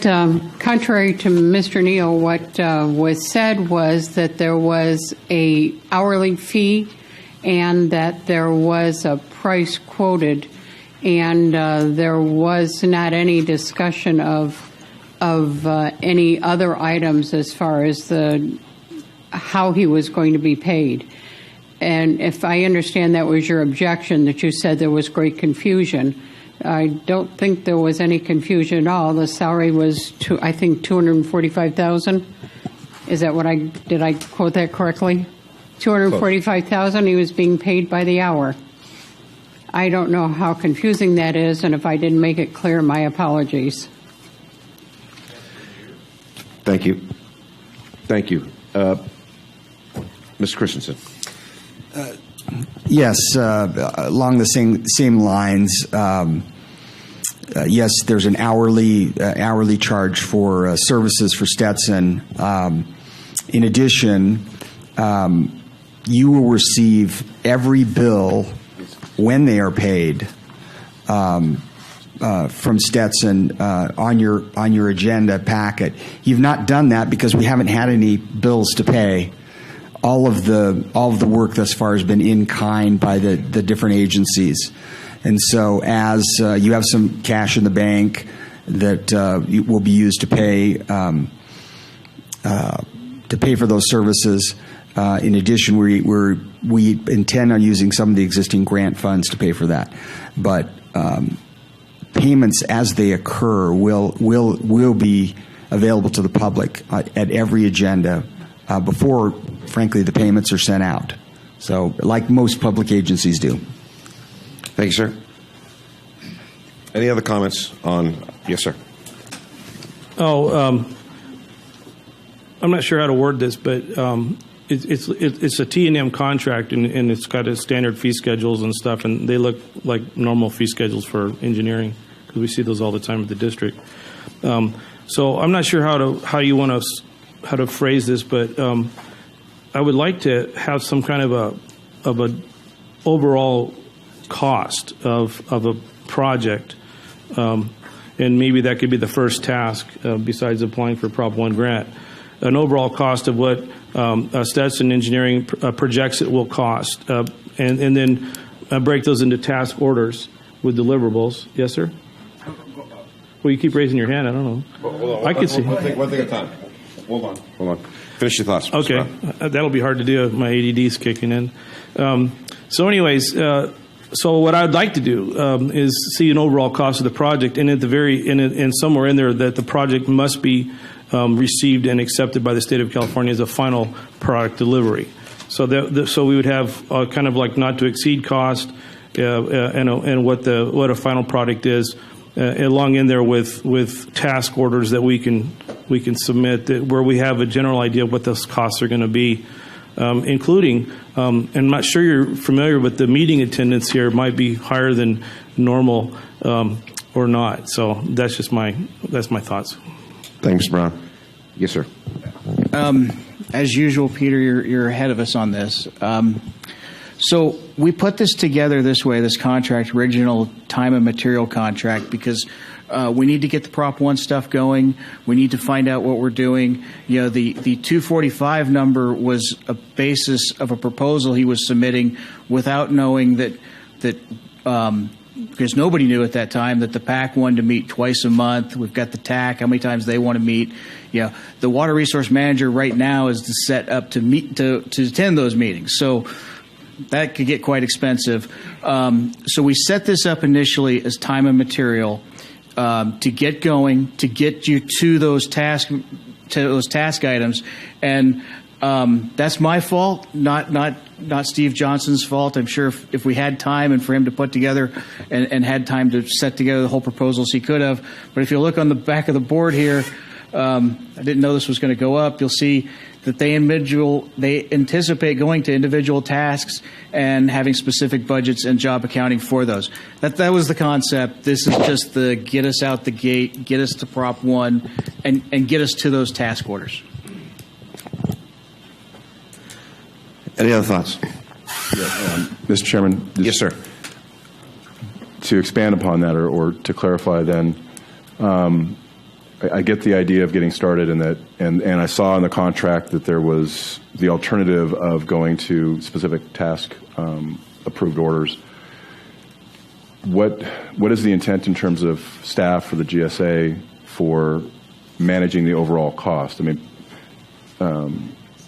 Mr. Brown mentioned the not to exceed amount. I don't know if you've got an idea in mind, but at a minimum, how are you planning on managing the contract to ensure that the costs don't get too high? I understand from the way the contract's written currently that the number that was provided by Stetson in the proposal is just that it's a proposal number. It's not necessarily what the amount is going to be that this contract rules now on in terms of what the obligations are of both parties. But how do you generally plan on managing the work to ensure that costs stay within control? Mr. Chair. Is that on now? Yes, that's a concern. We are moving quickly, and we would not normally do time materials without some not to exceed amount. We will immediately meet with Mr. Johnson and his staff to lay out those different budgets. And then come report back to you on each of those, because the cost control is obviously critical. You can't just keep there's no open checkbook. It will be limited by, there's cash flow issues right now. In fact, one of the items you're going to have on your next agenda is how do we, where are we financially? How are we going to pay for all this? Not just in the short term, but longer term.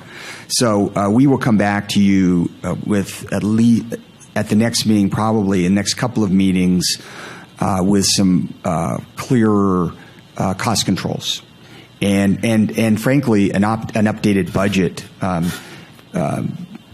Local governments, we gave you a very cursory budget that would pay for the basics, but we'll need to update that budget. We would normally do that annually in January. We'll probably do that earlier, and so that there is some, again, the board is having some cost control by more detailed line items. So I hope that answered your question. Ultimately, there will be a not to exceed on certain activities that will have to come back, as Mr. Hall mentioned. Cost control means how many meetings the firm can go to for the PAC and the TAC.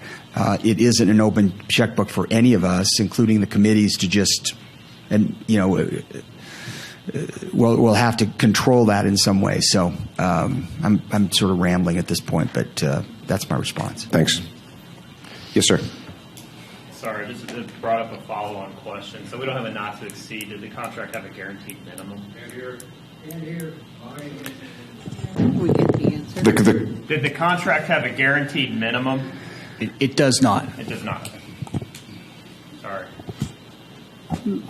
Yes, ma'am. But it is $245,000. No. Okay, now that is what was stated in the proposal. Right, but that's a proposal, and this contract now rules, and the contract doesn't have a not to exceed amount. It's going to, and staff indicated that this is an initial attempt to get started, and they're going to add more controls as we go. When council asked last night, I said, if it is more than the $245,000, we will come back to you for your permission. I was told that the amount was $245,000. That was what we agreed to. I don't want to pay more than that without coming back and giving my council the opportunity for input. Thank you, Mayor. Go ahead. I think, let me put it to you this way. The concept we now have is within probably 2 months, you're going to start having task orders that would get you to whatever that final not to exceed budget number is. But we got to get working on Prop 1. We got to get working on setting up what those task orders are. We got to get working on figuring out what meetings the water resource manager may or may not attend. Because, as you know, at the time you got that proposal, nobody was anticipating 2 meetings of the PAC, and I can say that because I was here 5 minutes before we found out, and we started opening those proposals that the PAC wanted to meet twice. So there's a lot of fluxing going on here. Time and materials was the best way to deal with that until we could get to these individual task orders, and you'll see those and you will approve those before you get there. So at this stage, I can tell you we're not going to hit 245 before you have individual task orders. Okay, thank you. Does that satisfy? Yes, sir. Okay. Any other thoughts, comments? I got a couple things I want to say real quick. I'm sure the finances are going to work out. If I'm not worried about it, there will be cost controls in there, or we're going to change direction real quick. And Mr. Johnson knows that. He understands who we are, and I'm convinced that he is completely committed to our success, totally. And that's what's so happy about bringing him on board, if that's what we vote to do. My decision to bring him on board was based on several things, not the least of which was his experience, his energy, and the way he presented himself and his team. But I can't say that that was an easy decision. As a matter of fact, it was one of the hardest decisions I've ever made as a supervisor, because the competition, in my opinion, was outstanding across the board. And I can't go without making sure that people understand that it was a tough race. Steve, you must be one heck of a guy, because your competition was, and it still is. So I need a motion and a vote. If you'd like. Whoever wants to. Sorry, go ahead. I'll be happy to make the motion. I just want to recognize that this is a huge step that the board's taking here. This is really getting the 2 advisory, or the TAC and the PAC formed, and what we're doing today is really what will make it so that we get a plan made and get the groundwater in this basin sustainable in the next 20 years. And I'd be happy to make the motion. Thank you, sir. I second the motion. We have a motion and a second. All in favor say aye. Aye. Any opposed? That closes out item 10, but before we leave item 10 and move to item 11, I'd like to offer the opportunity for Mr. Johnson to say a few words and introduce himself.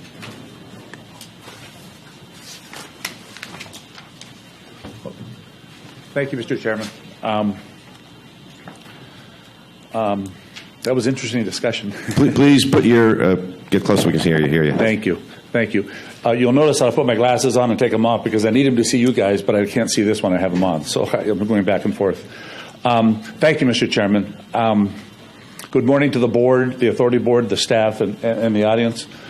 I wanted to say something right off the bat because I made a note here. And I had some notes here, and I've changed them because of what happened here today and some of the things I heard, because I learned a lot. I really, really learned a lot here today, which is really good. I mean, the learning curve has been very steep listening to from the committees, but that was very helpful.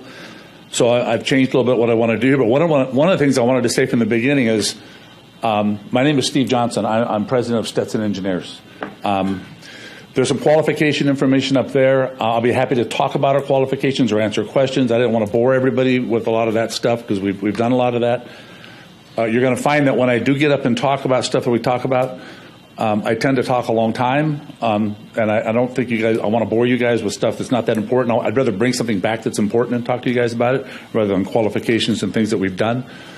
But one thing I did want to point out is I've done this for 40 years. I work with, all I really do is work, well, about 80-90% of what I work with is municipal agencies, municipal projects, private water companies, but a lot of municipal government, municipal water districts, water masters and things, groundwater management agencies. And I am amazed at the turnout that you have and the interest you have from the public, because I go to meetings right now for very large agencies where we're producing upwards of 200,000 acre feet a year for the water supplies of big groundwater basins, and we don't get a third of the participation that you're getting here. We typically get representatives of the water agencies within the area, but public involvement is very, very impressive, and especially at this level, trying to develop the programs you're developing, I think it's just awesome. So I wanted to thank that. I want to mention that. I definitely want to thank the board. I understand your comments, Mr. Chairman. I went through the process too. It was an interesting and difficult process, and we absolutely appreciate the opportunity that you're providing and the trust you're putting in us. We take it very, very seriously. We make the commitments we make, and I make them myself. I make the commitments for me and the company, and I make the commitment here today that for the board and the staff, and to the extent we can, the public and the interested parties, certainly the PACs and the participants, that if there's ever anything that we're not doing or addressing that needs to be addressed, that it's important to you folks to be addressed, you let me know right away. I've got cards right up there. I got my emails, but if there's anything that's not happening the way you want, you let me know right away. I do run the company, and I run it so that we provide the service that you're supposed to serve. That's what we do. And probably, I wasn't going to talk much about our company, but probably 90% of the people that we work with are people that we've worked with for many, many years, and they come back because we provide that service. It's part of the reason why after our company started in 1957, so what is that, 60 years, 70 years, after that long, we're still a company that's basically small to medium size. We're somewhere between 60, 65 employees with several offices, but it's very hard to expand and become a large organization and still provide the service you need to provide to folks like you. That's why you have me here, because I commit to it. I'm here, and I only do that to so many people, but we make that commitment to you folks, and that's just what we do. And that's the way Tom Stetson, who I work for, that's the way he started the company, and that's the way it'll always run as long as I'm there. So we do make that commitment to you. The other thing I wanted to mention is the PACs and the tax. I took a lot of notes because I didn't know you guys were doing so much. I think it's great, and I definitely want to get in touch with both of you folks and get the information we can, get my own notebook going and get that information and start melding in. I'm available on the 7th, so I'll get that out of the way. I'm available on the 7th if that becomes a date you want to keep. But I do appreciate those reports. It was very, very informative for me. I'm glad you pointed out, I think Philip pointed out the point in our potential work task. We just put this together just a little while ago, just a few days ago. But certainly there will be cost controls. We did get notified, and I listened to the discussion from the PAC meeting. We did get notified about the urgency on the funding, and we did hear about the fact that Kennedy Jenks has information. I hear all of that, and we will definitely hit the ground running on making sure that gets done quickly and that we get things pulled together. The way we normally do our work, the way I try to do our work on everything that we put out, is that we try to organize our thoughts first, get it outlined of what we're going to do, and make sure we have buy-in before we go. We don't go prepare a document and come back and say, well, here it is, and let people try to figure out what's in there. We try to prepare outlines for it and describe what it is we're going to do so that everybody sees what's going to be in the ultimate document in an outline format. Excuse me. That's the way we're going to start it out with the funding. We're going to look at that application, and there's other types of funding too, but certainly the Prop 1 funding. We will prepare a clear outline of what's going to go in there. We need to work with you folks and the staff on how to fill that outline out, how to fill the content of that outline out to make sure it's complete and it represents what you folks want to submit on your funding application. But that's how we'll do everything that comes forward. I don't know, Alan, I don't know if this will go up one more. I think it will. To the first list. One of the things, and I can't read it here, but I have one in front of me, so I can do it from this. I can't read it from there. One of the things that we did talk about, and I just wanted to point this out because when I listened to what was going on at the TAC, it was very, very consistent. When we were talking about what to do and how to do this contract, both with Alan and with Phil, what I pointed out, and I think these are available to the audience too, this list. What I did point it out that it seemed to me that the first 7 items were the most important items that we need to get started on right away.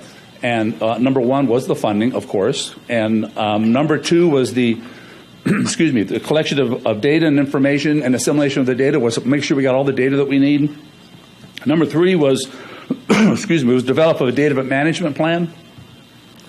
Again, that was part of the discussion that the TAC already had. I didn't know that, but this is something we put in here. Was develop of a data management plan, and that's one of the items. There's several items up here that'll be that way, but that's one of the items where we would intend to bring back to you what we would call a deliverable. We would come here and present the format, the structure of what the data management plan would look like to make sure you're all buying in before we start actually creating the data management plan. But that would be a deliverable that we'll develop a task, we'll develop a budget, we'll bring the outline to you, and then we'll go out and actually create the data management structure.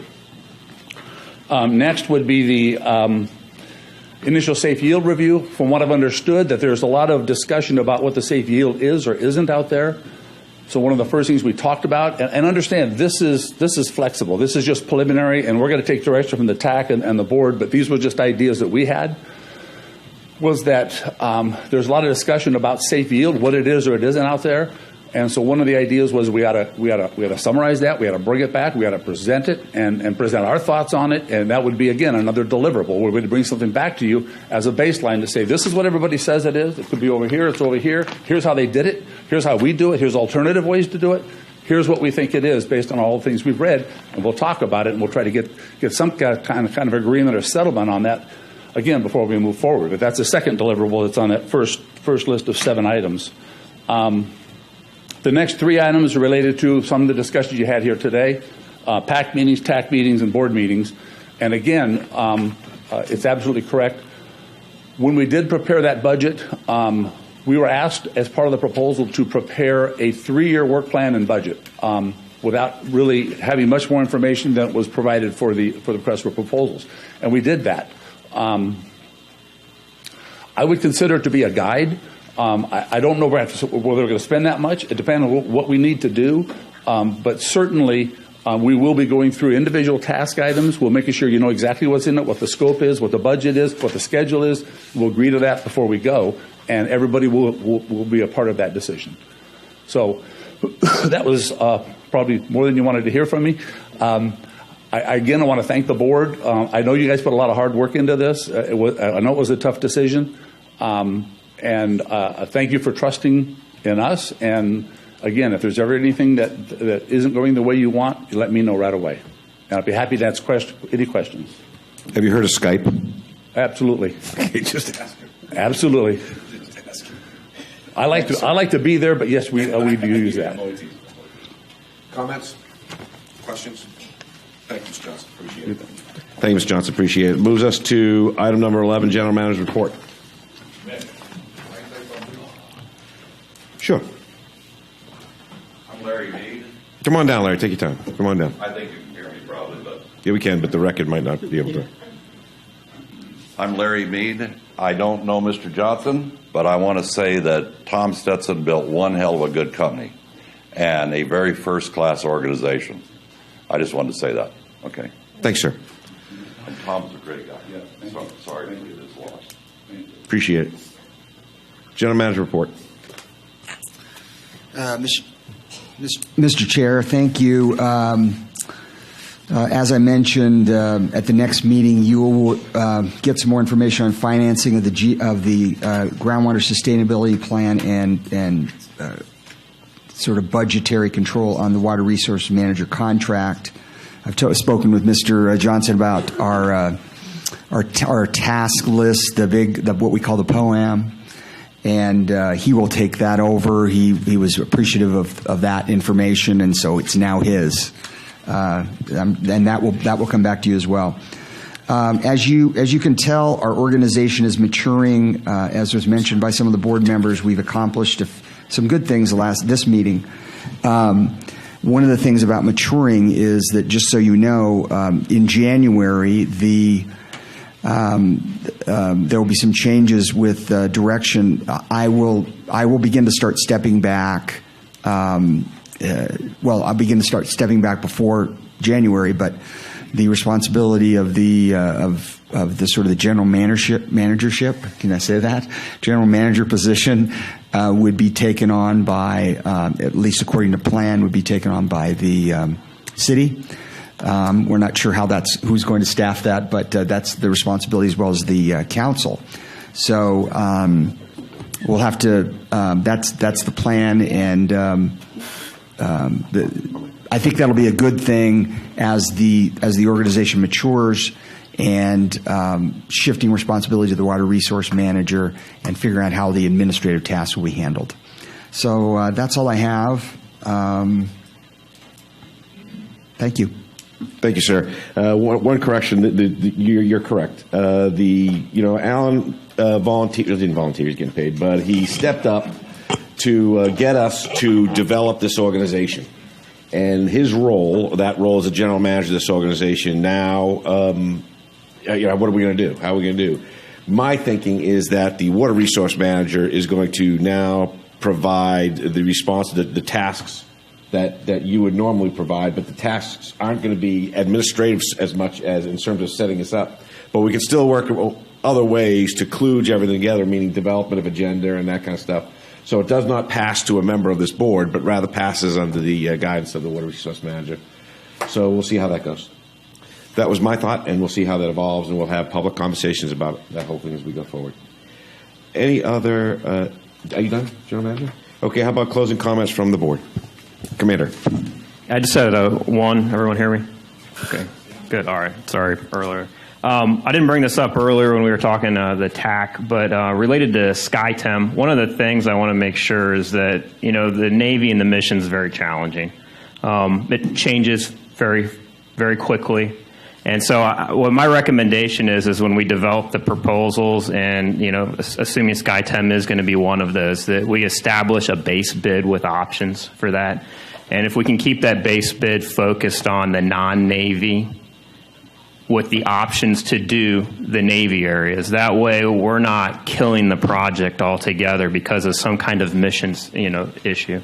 We've also got some security items that we're still going through, but I don't want us to be in the way of that effort moving forward, but yet we still want to be included for when we get everything worked out so we can still get that valuable data. So I would just throw that out there as a suggestion that we establish the contract as a base and option so that we can still move forward. And then as the time permits, we can exercise the option and bring the Navy land into the equation. Thank you, Mr. Chairman. Yes, sir. Any other closing comments? Matt. I have two comments. One is there's a lot of talk today about alternates, and I'll just tell you that being an alternate and having an alternate takes a lot of work. Bob and I spend a lot of time making sure that I understand the subtleties when he's covering for me, it is a different dynamic if you're going to have an alternate. And I understand the PAC wanting to have alternates, but I also understand that we assigned all of these different categories based on people wanting to do that. And so the expectation would be that they would be available and be at those meetings as much as possible. So I hope that gets taken into consideration going forward. The other thing we spent a lot of time today talking about was disadvantaged communities. And somebody said that, that we weren't representing anyone. I'll just tell you that everyone that I represent lives in a disadvantaged community. Pearsonville, North Trona, and then I also feel like I help make decisions for the rest of the basin, but I do represent disadvantaged communities, and I guess I take some resentment that they're not represented, because I feel like that's what my job here is to look out for my constituents, and most of them live in disadvantaged communities. Thanks, sir. Madam Mayor. I wanted to say something. Mr. Kelso, as much as I respect and admire you, I disagree with you wholeheartedly when you say I am not representing you. We are not representing you. There is nobody we are representing except the people who elect us. We all live in one community, whether we have boundaries or not. It is the Indian Wells Valley Groundwater Basin, and we must work together to make it happen, to make sure we have sufficient water for growth, to make sure our children's future is assured and continues to be, to make sure we can grow economically, and make sure that our job is to represent you. I don't know who you think I'm up here representing if it isn't you, but you are sorely mistaken. Thank you. Anyone else? Okay, that closes closing comments. Closed session, we have none. Date of the next meeting is September 21st, 2017 at 10 a.m. I need a motion to adjourn. We're adjourned.